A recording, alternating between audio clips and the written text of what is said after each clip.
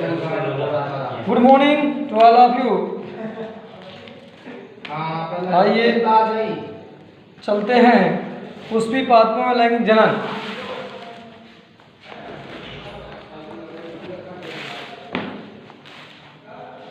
पुष्पी पादपों में लैंगिक जनन पढ़ रहे थे हम,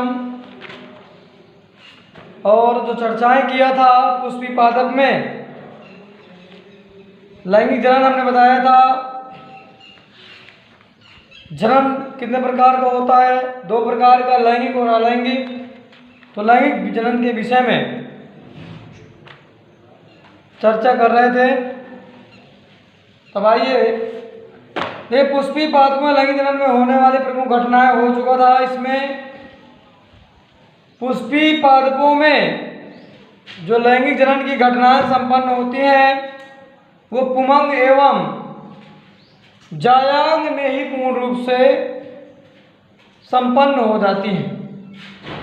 इससे संबंधित कुछ अन्य घटनाएं भी हैं, जैसे लघु बीजाणु जनन, लघु युग्मक जनन, परागण, गुण बीजाणु जनन, गुण युग्मक जनन, निषेचन, भ्रूण विकास, भ्रूण का विकास या भ्रूणोद्भव, भ्रूणकोश का विकास आदि ये घटनाएं पुष्पी पादपों के लैंगिक जनन में होने वाली प्रमुख घटनाएं हैं। अब देखिए, पुष्पी पादपों में लैंगिक जनन की पूर्ण क्रिया को निम्नलिखित चरणों में विभाजित किया जा सकता है। मतलब निषेचन पूर्व की संरचनाएं व घटनाएं।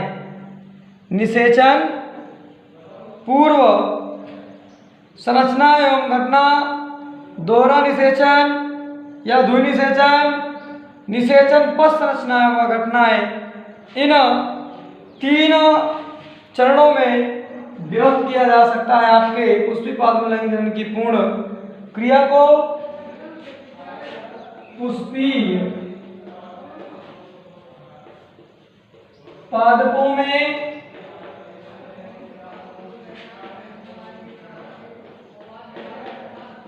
लैंगिक जनन की पुष्पी पादपों में लैंगिक जनन के प्रमुख चरण।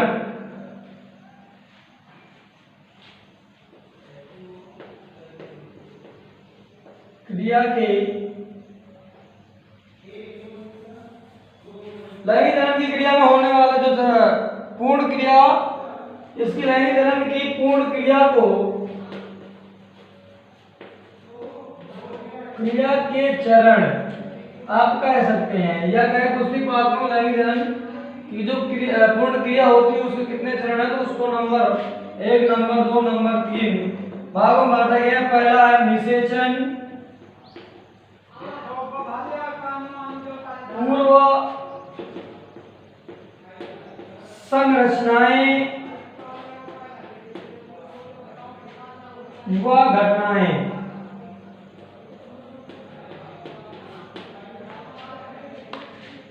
निषेचन पूर्व संरचनाएं व घटनाएं। और दूसरा है आपका दोहरा निषेचन या द्विनिषेचन। दोहरा निषेचन या द्विनिषेचन।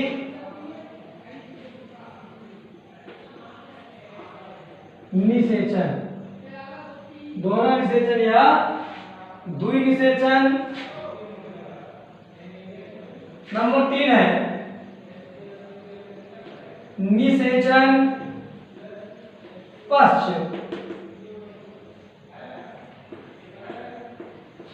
संरचनाएं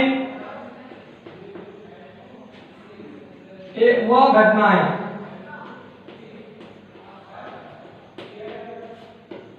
इस प्रकार से पुष्पी पादपों में लैंगिक जनन की जो पूर्ण क्रिया होती है उस क्रिया को 3 चरणों में बांटा गया है, जो आपके निषेचन पूर्व की संरचनाएं व घटनाएं हैं। अब उसके संबंध में अध्ययन करेंगे। पादपों में निषेचन की क्रिया से पूर्व पादप के हार्मोन तथा संरचनाओं में बहुत से परिवर्तन प्रारंभ हो जाते हैं और इसके पश्चात पुष्पी आदाग के मध्य विभेदन एवं अग्रिम विकास प्रारंभ होता है तथा पुष्प में नर तथा मादा जननांगों का विकास होता है। तो कौन कौन सी घटनाएं, निषेचन पूर्व की घटना, निषेचन संपन्न होने से पहले, अभी इसके पहले आपने जीवों के जन्म चैप्टर में भी पढ़ा था निषेचन पूर्व की घटनाएं, निषेचन पश्च घटनाएं। तो ये घटनाएं पादपों में निषेचन की क्रिया से पूर्व मतलब पहले पादप के हार्मोन तथा संरचनाओं की वृद्धि व परिवर्तन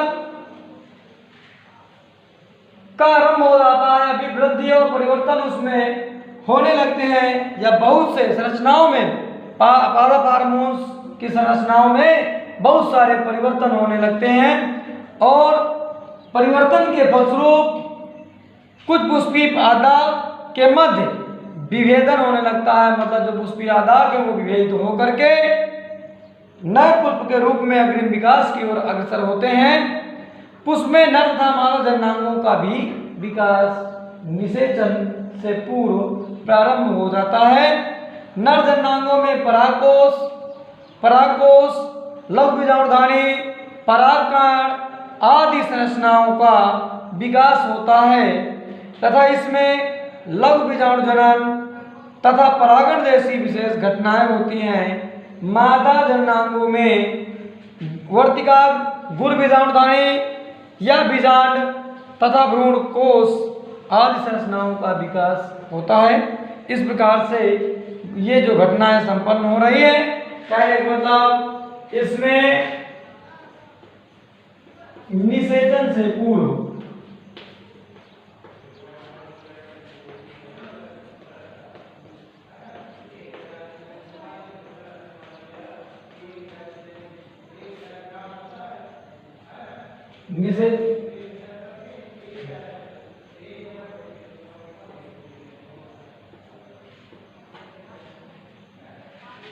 निषेचन से पूर्व पादप हार्मोन्स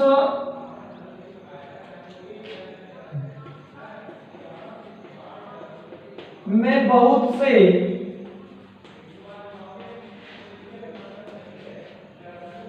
परिवर्तन प्रारंभ हो जाते हैं, होने लगते हैं।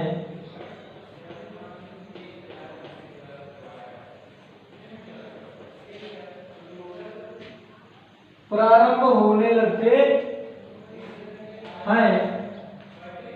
अब देखिए निषेचन से पूर्व पादप हार्मोन से बहुत से परिवर्तन प्रारंभ हो जाते हैं या होने लगते हैं, जिसके पश्चात मतलब इसके पश्चात जो पुष्पी आदाग हैं वो भी परिवर्तित होकर के या विभेदित होकर के पुष्प के विकास को प्रेरित करते हैं।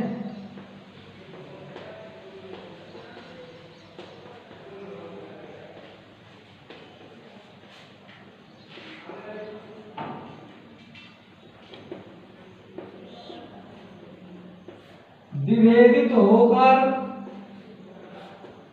विभेद का मतलब होता है बंट करके, विभेदित होकर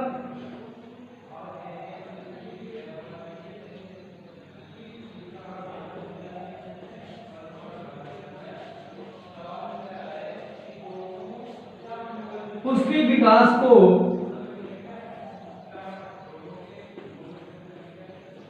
गति प्रदान करते हैं।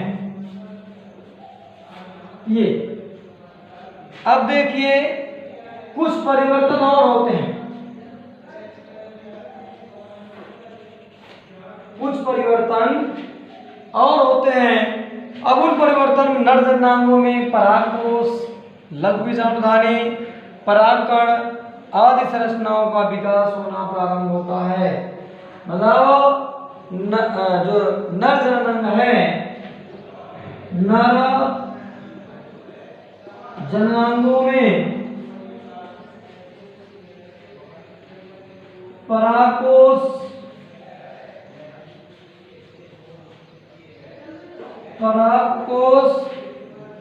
लघु बीजाणुधानी परागकण परागकोश परागकण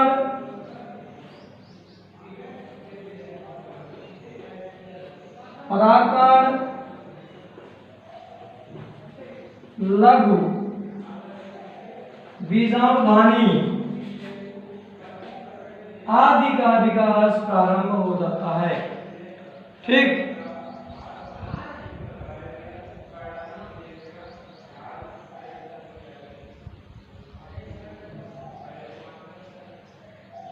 अब देखिए ये परागण और लघु बीजाणुधानी आदि प्रमुख घटनाएं संपन्न होती हैं तथा मादा जननांगों में, अब इसके साथ साथ यदि नर जननांगों में परागकोश परागकण लघु बीजाणुधानी ये प्रमुख जो जननांग अंग है ये मुख्य रूप से मतलब निर्मित होने लगते हैं। इस प्रकार से विभिन्न प्रकार की जो प्रक्रियाएं हैं या घटनाएं कह सकता था लघु बीजाणुधानी जैसी घटनाएं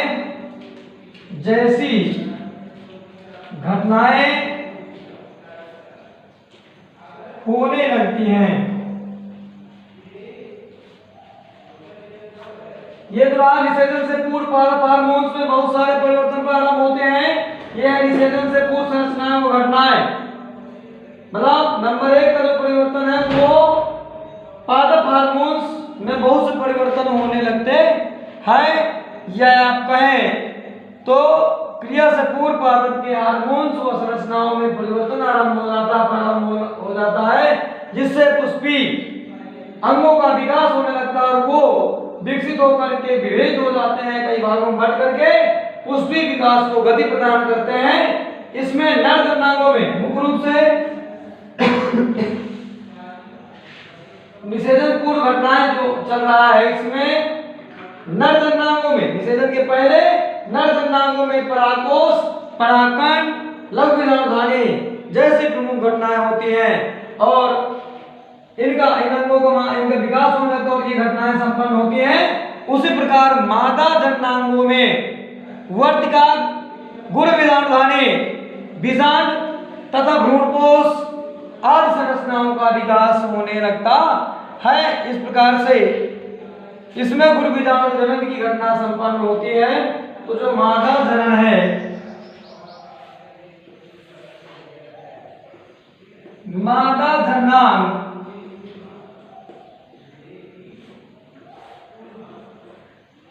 मादा जननांग में क्या विकसित होता है, तो इसमें होगा वर्तिका, क्या है उसमें परागकोश, इसमें वर्तिकाग्र,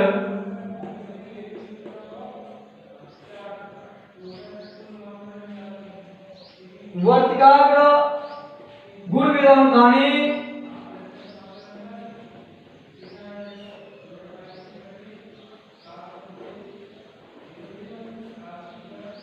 वर्तिकाग्र गुण बीजाणुधानी और बीजांड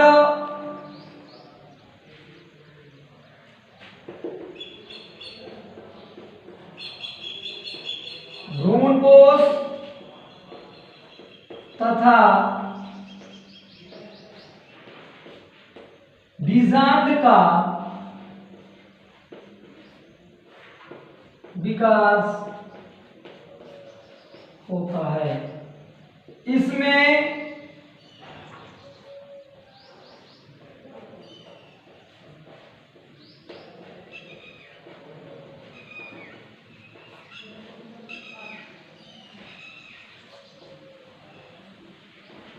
घटना होती है, गुण बीजाणुधानी के जनन की घटना होती है। गुण बीजाणुधानी या आप कहें जो लिख सकते हैं गुण बीजाणु जनन की घटना होती है। समझ में आया? ये हो गया आपका निषेचन से पूर्व की घटना, तो निषेचन से पूर्व की घटना यदि कभी आ जाए कि पुष्पी पादपों के लैंगिक जनन में होने वाली प्रमुख घटनाओं का उल्लेख करें, तो उसमें आप इस क्रमशः आपको लिखना होगा।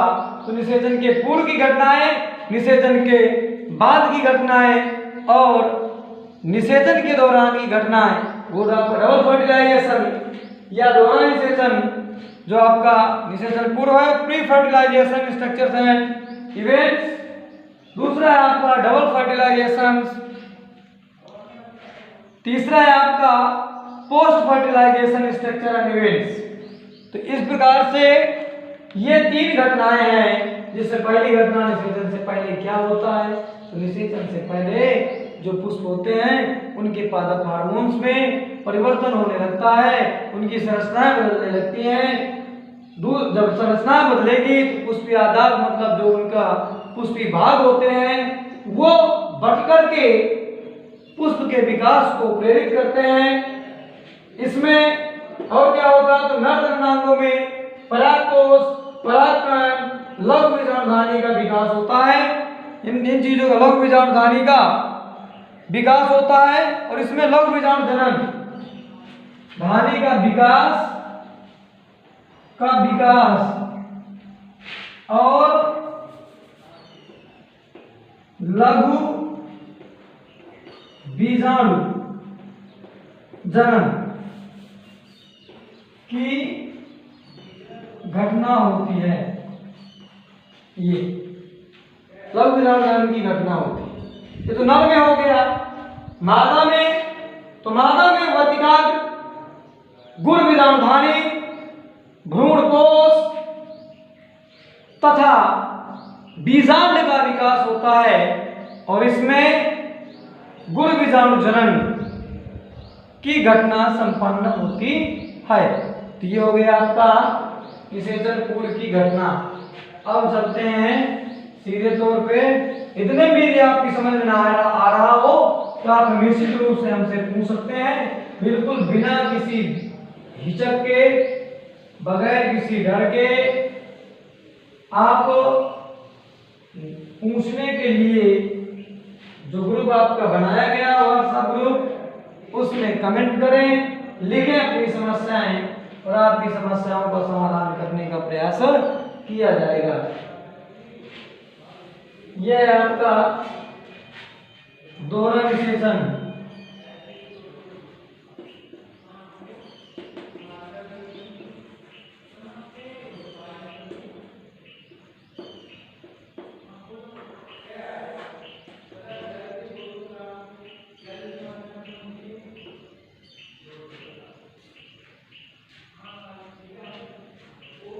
Double fertilization. ये दोहरा निषेचन क्या है? अब देखिए,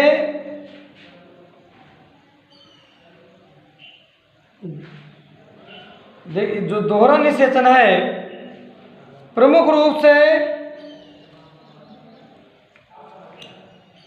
जो दूसरी घटना हो रही है आपकी दोहरा निषेचन की, द्विनिषेचन भी आपने पढ़ा होगा और द्विनिषेचन की खोज एच.जी. नवासिन ने की थी। ये प्रमुख रूप से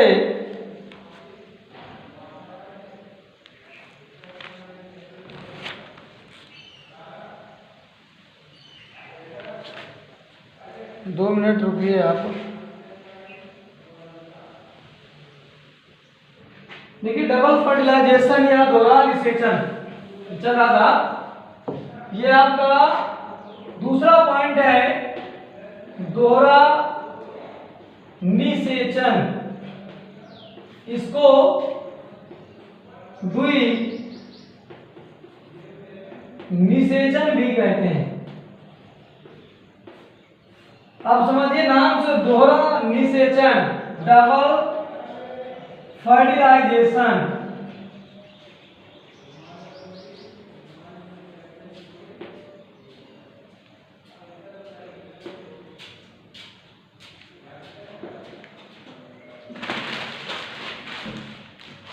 ये हो गया दोहरा निषेचन।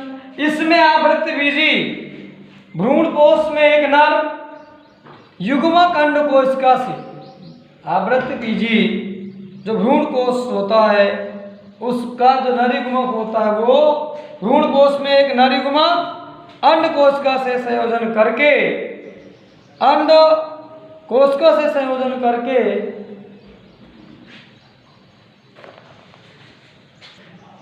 डबल फर्टिलाइजेशन, मिनट चल रहे हैं। देखिए आवृत्तबीजी भ्रूणकोश में एक नर युग्मक अंडकोशिका से, आप समझिएगा, आवृत्तबीजी बीजी भ्रूणकोश में एक नर युग्मक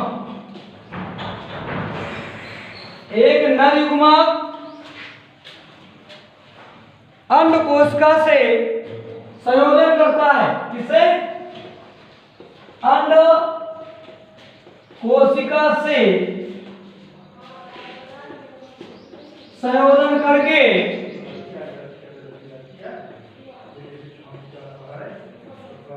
अंडकोशिका से संयोजन करके द्विगुणित युग्मनज का निर्माण करता है। द्विगुणित को 2n लिखते हैं। द्विगुणित युग्मनज का निर्माण करते हैं।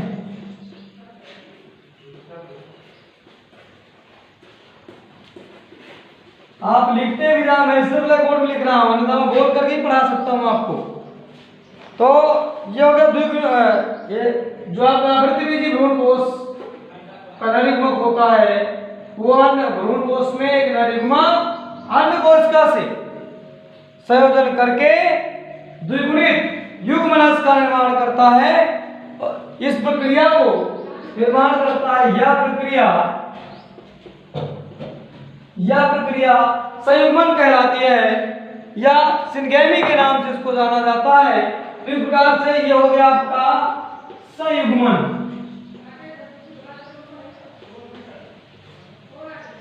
ठीक, अब संयुग्मन के बाद देखिए इसके पश्चात दूसरा नर युग्मक द्वितीय केंद्रक के साथ मिलकर के एक मिला अंडकोशिका के साथ दूसरा मिलेगा। जो दूसरा नर युग्मक है वो द्वितीय केंद्रक के साथ मिलकर के त्रिगुणित भ्रूणकोश केंद्रक का निर्माण करता है।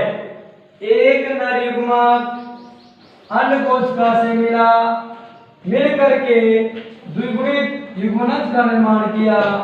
यह प्रक्रिया संयुग्मन कहलाती है। संयुग्मन कहलाती है। अब दूसरा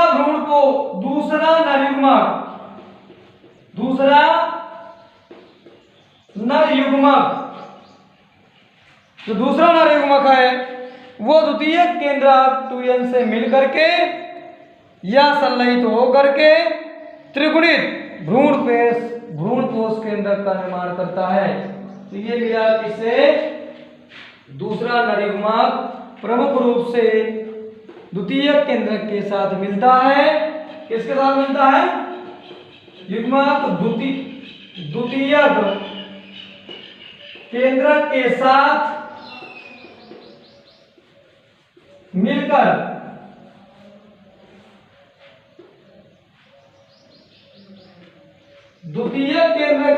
मिलकर त्रिक संलयन का निर्माण करता है या त्रिगुणित भ्रूणकोश केंद्रक का निर्माण करता है।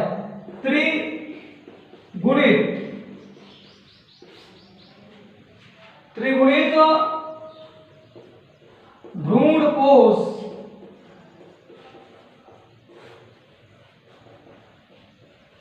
केंद्रक का निर्माण करता है। समझिए, मतलब आवृत्तबीजी भ्रूणकोश में जो आवृत्तबीजी भ्रूणकोश है उसमें एक नर युग्मक अंडकोशिका के साथ संयोजित होता है और संयोजित होने के पश्चात 2n द्विगुणित युग्मनज का निर्माण करता है। यह प्रक्रिया संयुग्मन कहलाती है। इस प्रक्रिया को संयुग्मन कहलाती है। अब देखिए इसके बाद जो दूसरा नरयुग्मक है वो द्वितीयक केंद्रक के साथ मिलकर के त्रिगुणित भ्रूण कोश केंद्रक का निर्माण करता है और यह क्रिया त्रिसंलयन कहलाती है। त्रिसंलयन कहलाती है।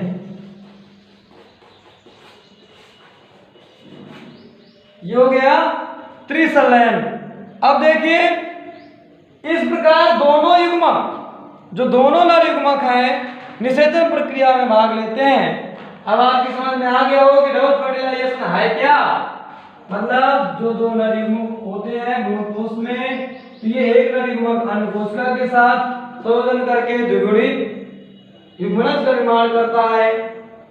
एक बार तो ये निषेचन हो गया, यह प्रक्रिया संलयन हो गई।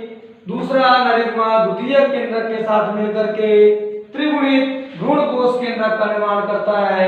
ये हो गया त्रिसंलयन, अर्थात ये दूसरा निषेचन हो गया, एक बार ये और एक बार ये, कहने मतलब दोनों नरयुग्मक निषेचन क्रिया को संपन्न करते हैं या नरयुग्मक निषेचन प्रक्रिया में भाग लेते हैं। अर्थात इस प्रक्रिया में निषेचन 2 बार संपन्न होता है, इसलिए इसे डबल फर्टिलाइजेशन द्विनिषेचन कहा जाता है। अब भी समझ में आया हो तो आप इस संबंध में हमसे पूछेंगे, हम बताने का समूह प्रयास करेंगे। अब अगली हेडिंग आपको कल पढ़ाई जाएगी। धन्यवाद।